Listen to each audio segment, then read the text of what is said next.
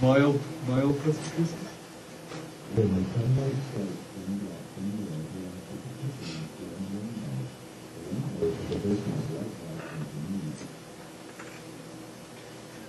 This is mild.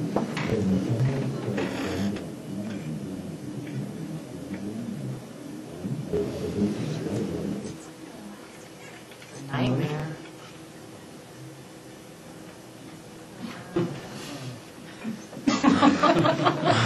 Let's hear it with a noise.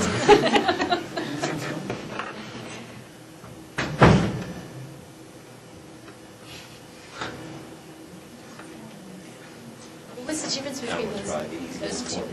Oh my God. Never mind. What were the last two?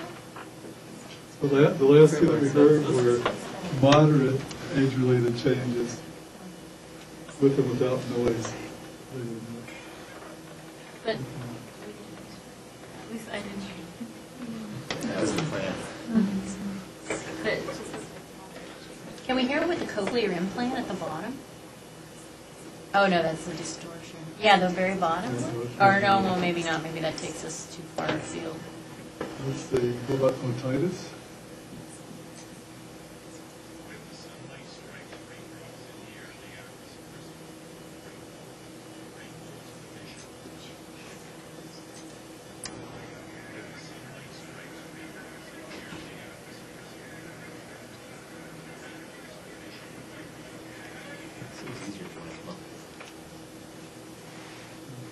Mid-frequency hearing loss?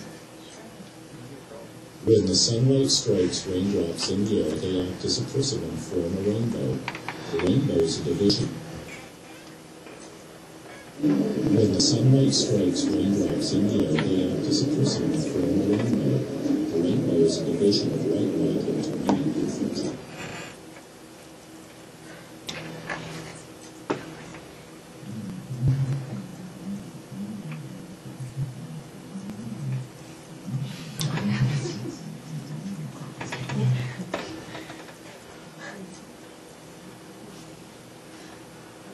You okay?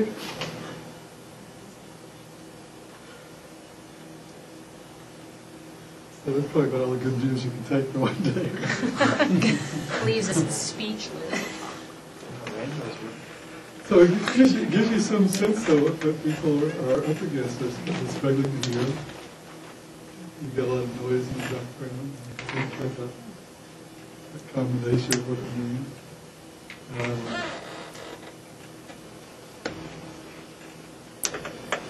Okay, so just the other so-called other senses.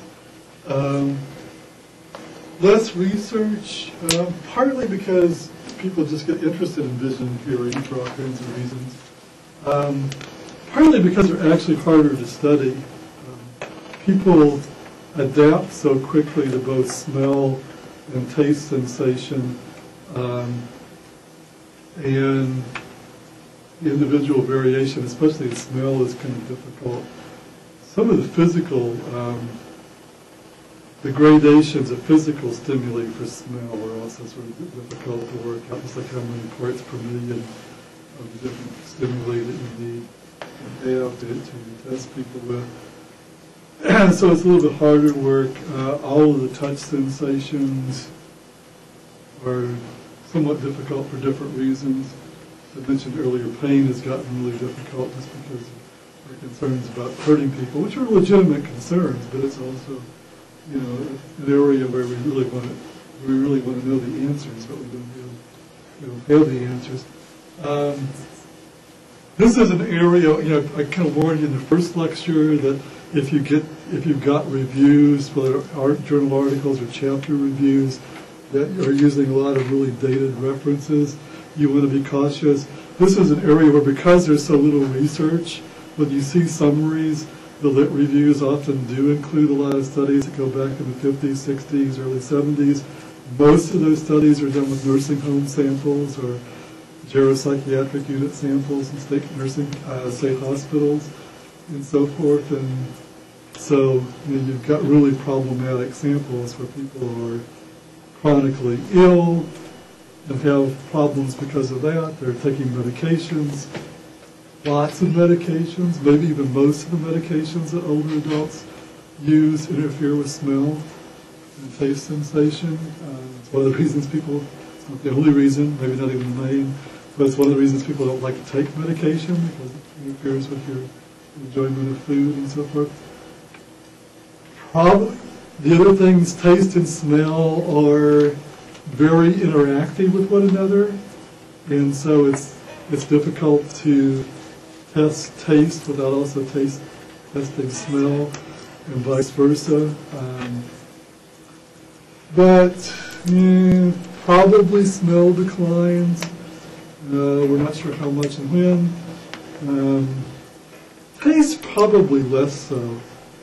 The taste literature is always struck me as one of the messiest ones in the sensation literature. I've seen like everything about what taste are impaired and which ones survive. Some people say that older adults mostly can taste sweet things. Others say that they mostly taste salty things. Some people say it's bitterness. You get conclusions about the literature that are just like all over the taste senses, and also disagreements as to whether taste is really impaired with age, particularly if you get nursing home samples. Clearly, you get a lot of evidence that it is. Other people looking at more healthy samples say probably not. So it's just kind of a mess. It becomes really important around things like enjoyment of food and institution planning diets in nursing homes, hospitals, other institutional settings where you have a lot of older adults. You really want to know all of these same kinds of things about, does it decline with aging? Is it disease specific? Is it medication effects? And, all of these things would influence a certain kind of quality of life. I really enjoy tasting food. It'd be a real shame not to be able to taste food. And people do get quite upset about it. I mean, not everybody. There are people that get really upset about not being able to read. There are people that get foodies who get really upset about not being able to taste food. Touch is actually a very complex set of different sensory systems. Yeah, mostly the results just aren't clear. We just haven't done that much. Again, a lot of what's been done has been done with very small samples and institutional samples. We don't know what's going on for the most part.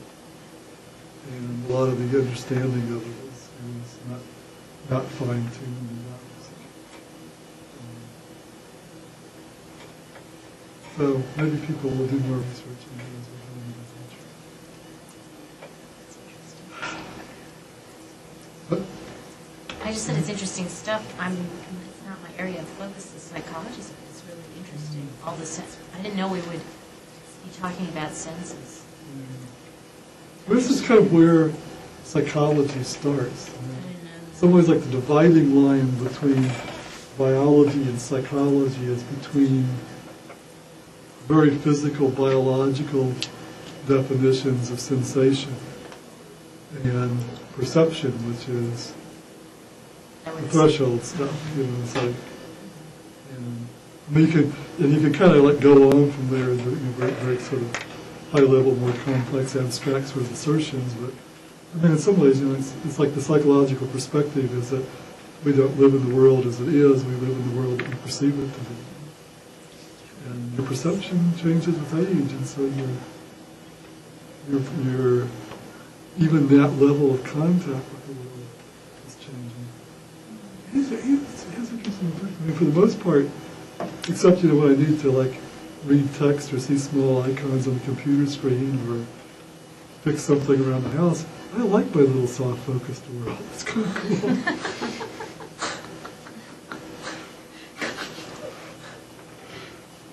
Things like this, it kind of soften things up a little bit. Everybody looks better. I look better in the mirror. Yeah. The hearing thing I'm still trying to sort out, but so far it hasn't gotten to a level where it's terribly incapacitating. Although I still